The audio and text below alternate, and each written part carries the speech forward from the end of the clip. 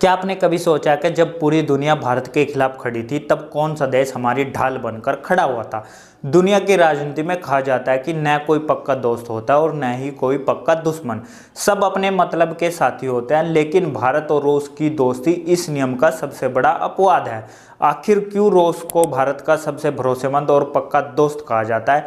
इसका जवाब इतिहास की उस खौफनाक रात में है जिसने दुनिया की राजनीति को हमेशा के लिए बदल दिया। सोचिए, दिसंबर 1971 का वो समय जब भारत अपनी आज़ादी के बाद सबसे बड़ा युद्ध लड़ रहा था। हमारी सेना बांग्लादेश को आज़ाद कराने के लिए आगे बढ़ रही थी और पाकिस्तान की हार तय थी। तभी दुनिया की सबसे बड़ी ताकत अमेरिका ने पाकिस्तान को बचाने और भारत को डराने के लिए एक भयानक चाल चली। अमेरिका ने अपना खतरनाक सातवां बेड़ा, जिसमें परमाणु हथियार से लैस दुनिया का सबसे बड़ा युद्धपोत यूएस एंटरप्राइज शामिल था, बंगाल की खाड़ी की ओर भेज दिया। दूसरी तरफ से ब्रिटेन का युद्धपोत HM ईगल अरब सागर से भारत को घेरने आ रहा था। उस वक्त अमेरिका और ब्रिटेन मिलकर भारत को कुचलने का आमादा थे।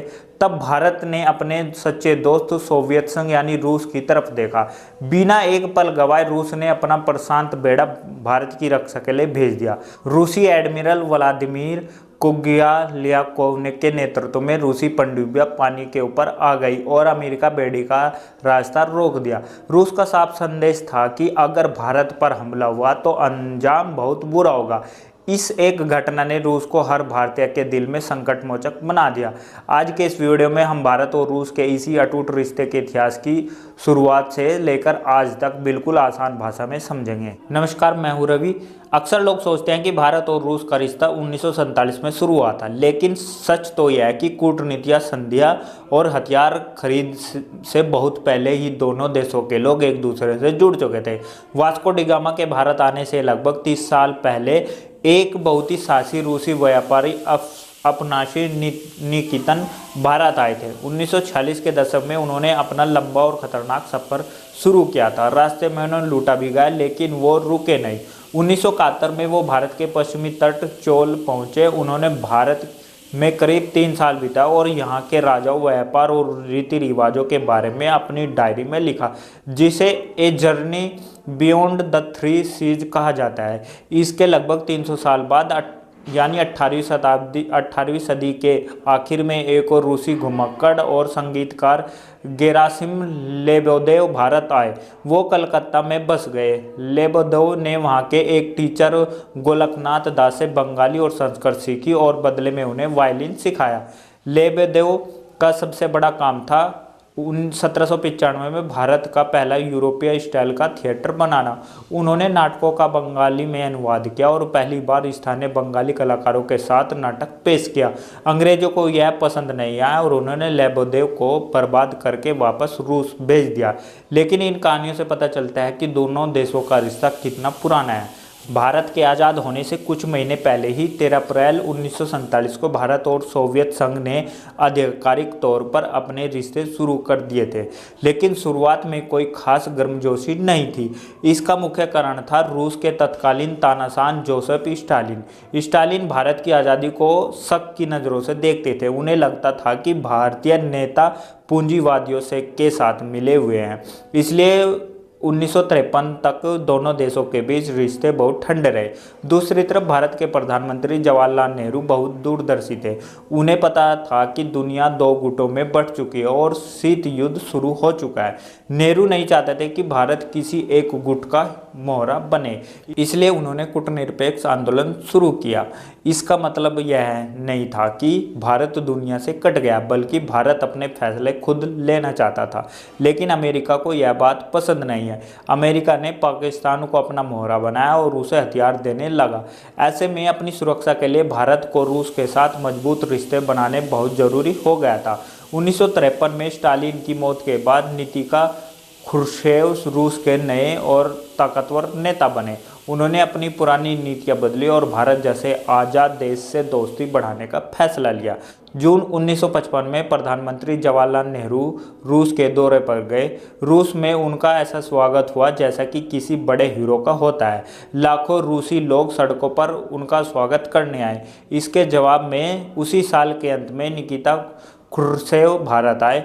उनका यह दौरा केवल नाम का नहीं था। दिसंबर 1955 में श्रीनगर में एक विशाल रैली में खुर्शेव ने एक ऐसा भाषण दिया जिसने दुनिया में तहलका मचा दिया। उन्होंने कश्मीर के लोगों से कहा, हम आपके इतने करीब हैं, पहाड़ों के पार, यदि आप कभी मुसीबत में हो तो बस आवाज़ दे दे और हम आपकी मदद के लिए आ जाएंगे। खुर्शेव ने साफ कह दिया कि कश्मीर भारत का अटूट हिस्सा है। इस एक बयान ने भारत को तसल्ली दे दी कि दुनिया की राजनीति में अब रूस उनके साथ मजबूती से खड़ा है। आज़ादी के तुरंत बाद जब पाकिस्तान ने कश्मीर पर हमला किया तो भारत शांति की उम्मीद में यह मामला 1948 में संयुक्त राष्ट्र यानी यूएन ले गया, लेकिन अमेरिका और ब्रिटेन पाकिस्तान की तरफदारी कर रहे थे। वे कश्मीर में जनमत संग्रह कराना चाहते थे ताकि वहां रूस का प्रभाव न बढ़े। तब रूस ने अपनी वीटो पावर का इस्तेमाल करके भारत को हर बार बचाया। अक्टूबर 1962 में जब चीन ने भारत पर हमला किया तो रूस के लिए धर्म संकट खड़ा हो गया। एक तरफ उनका कम्युनिस्ट साथी चीन था तो दूसरी तरफ दोस्त भारत था।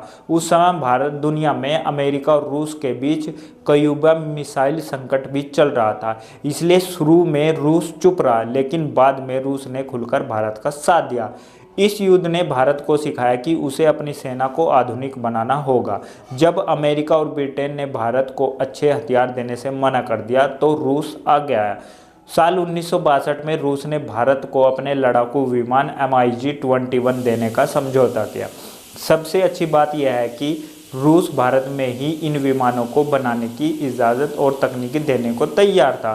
हथियार सस्ते थे और भारत इसका पेमेंट डॉलर की जगह रुपए या सामान में कर रहा था। रूस ने न केवल हथियार ही नहीं दिए बल्कि भारत के विकास में भी बहुत बड़ी भूमिका निभाई। साल 1955 में रूस की मदद से भिलाई में एक बड़ा स्टील प्लांट बनाया गया। इस प्लांट को बनाने के लिए कई रूसी इंजीनियर अपने परिवार के साथ भिलाई में रहे।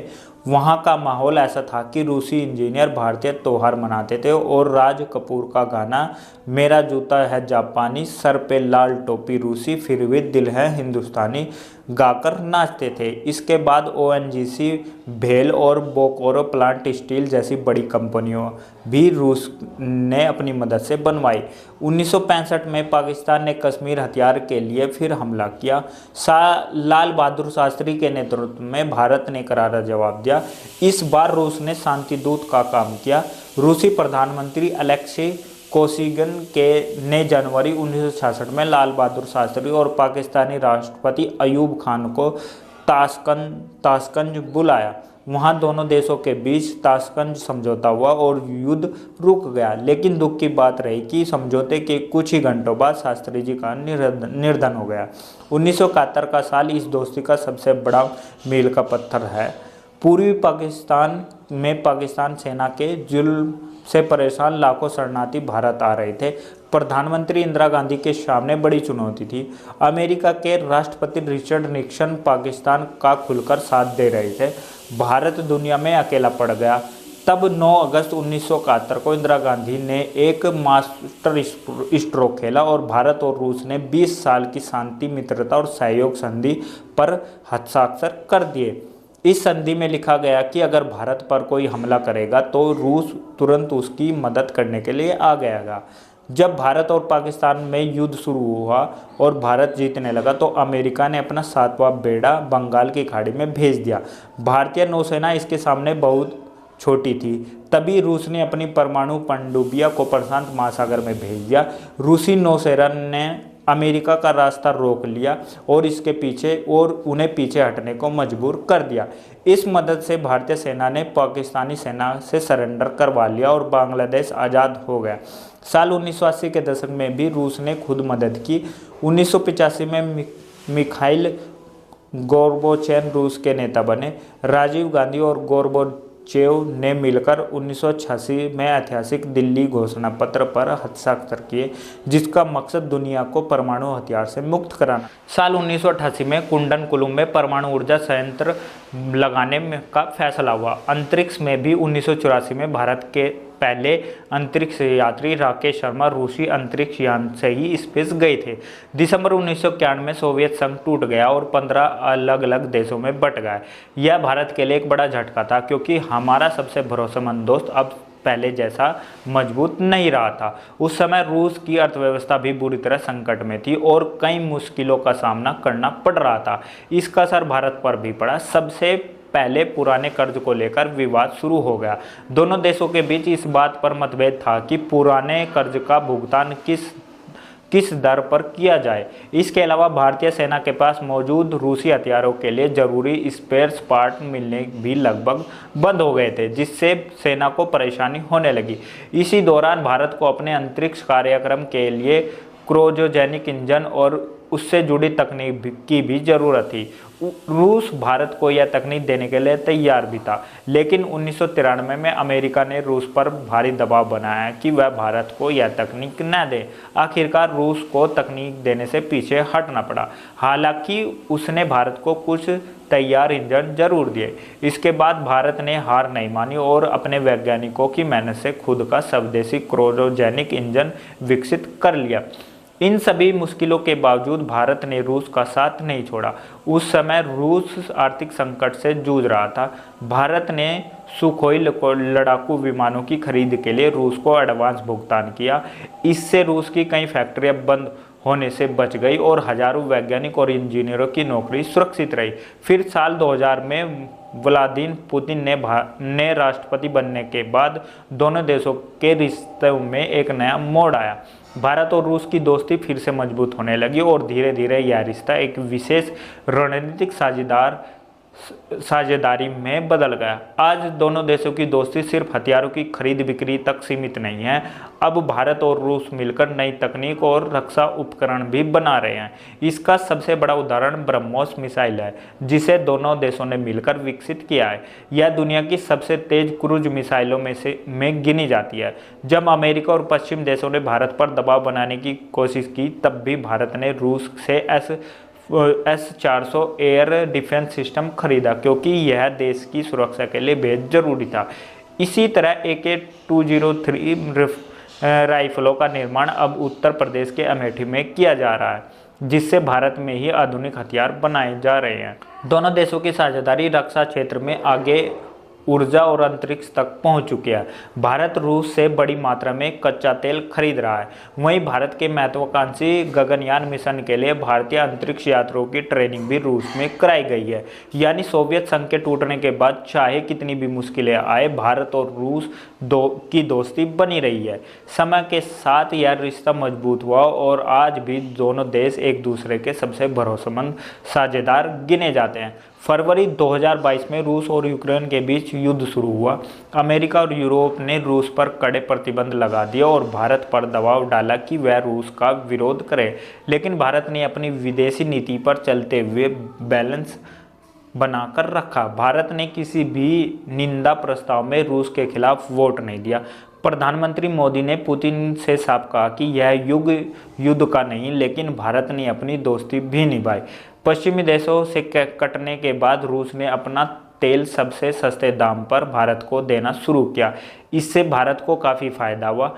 आज भारत और रूस का व्यापार 68.7 बिलियन डॉलर के रिकॉर्ड स्तर तक पहुंच गया। हालांकि पेमेंट को लेकर एक दिक्कत आई है। चूंकि व्यापार भारतीय रुपये में नहीं हो रहा है, इसलिए रूस के वेस्ट्रो अकाउंट में अरबों रुपए जमा हो गए हैं, जिससे वो आसानी से इस्तेमाल नहीं कर पा रहे हैं। भारत इस समस्या को सुलझाने की कोशिश कर रहा है। आज भारत और रूस की दोस्ती मजबूत जरूर है, लेकिन इसके सामने कई नई चुनौतियां भी खड़ी हो गई है। सबसे बड़ी चुनौती रूस और चीन की बढ़ती दोस्ती है। यूक्रेन युद्ध के बाद रूस पश्चिमी देशों में कई तरह के प्रतिबंध लगाए कि चीन से निर्भरता पहले से काफ़ी बढ़ गई है। दूसरी तरफ भारत और चीन के रिश्ते लंबे समय से तनावपूर्ण रहे हैं। सीमा विवाद और कई जगह मुद्दों को लेकर दोनों देशों के बीच मतभेद बने रहते हैं। ऐसे में भारत के मन में यह सवाल उठता है कि अगर भविष्य में कभी भारत और चीन के बीच कोई बड़ा टकराव होता है तो रूस का रुख क्या होगा। यह किस तरह की भूमिका निभाएगा। दूसरी चुनौती भारत की बदलती रक्षा नीति है। पहले भारत अपनी रक्षा जरूरतों के लिए काफी हद तक रूस पर निर्भर था, लेकिन अब स्थिति बदल रही है। भारत अपनी सुरक्षा और मजबूत बनाने के लिए फ्रांस, अमेरिका और दूसरे देशों से भी आधुनिक हथियार खरीद रहा है। इसके साथ ही सरकार देश में ही हथियार और रक्षा उपकरण बनाने पर भी जोर दे रही है, ताकि विदेशों पर निर्भरता कम हो सके। इसलिए भारत के रक्षा क्षेत्र में रूस की भूमिका पहले जैसी एकमात्र नहीं रह गई है, बल्कि वह कई महत्वपूर्ण साझेदारी में एक बन गया है। फिर भी इन चुनौतियों के बावजूद भारत और रूस के रिश्ते आज भी मजबूत बने हुए हैं। दोनों देशों के बीच दशकों पुराना भरोसा, रणनीतिक सहयोग और कई अहम क्षेत्रों में साझेदारी इस दोस्ती को खास बनाती है। पश्चिम देशों के लोग अक्सर कहते हैं कि भारत अब अमेरिका के करीब जा रहा है और रूस चीन के, इसलिए यह दोस्ती टूट जाएगी। लेकिन इतिहास गवाह है कि जब भी इस रिश्ते के टूटने की भविष्यवाणी की गई है, यह और भी मजबूत होकर उभरा है। जब तक दुनिया में संतुलन बनाए रखने के लिए, यूएन में सपोर्ट के लिए और ऊर्जा के लिए भारत को एक मजबूत साथी की ज़रूरत है, और जब तक रूस को चीन के प्रभाव को रोकने के लिए एक ताकतवर भारत की ज़रूरत है, यह दोस्ती ऐसे ही चलती रहेगी। यह सिर्फ कागज़ पर लिखी कोई संधि नहीं है, बल्कि समय की हर कसौटी पर खरी उतरी एक सच्ची दोस्ती है। तो दोस्तों, यह थी भारत और रूस की उस अटूट रिश्ते की कहानी जिसने दुनिया की राजनीति को कई बार बदला है। 1971 के युद्ध से लेकर आज के S-400 मिसाइल तक यह सफ़र वाकई हैरान करने वाला है। आपको क्या लगता है, क्या भविष्य में चीन की वजह से इस दोस्ती पर कोई असर पड़ेगा? अपनी राय कमेंट में ज़रूर दें। शुक्रिया।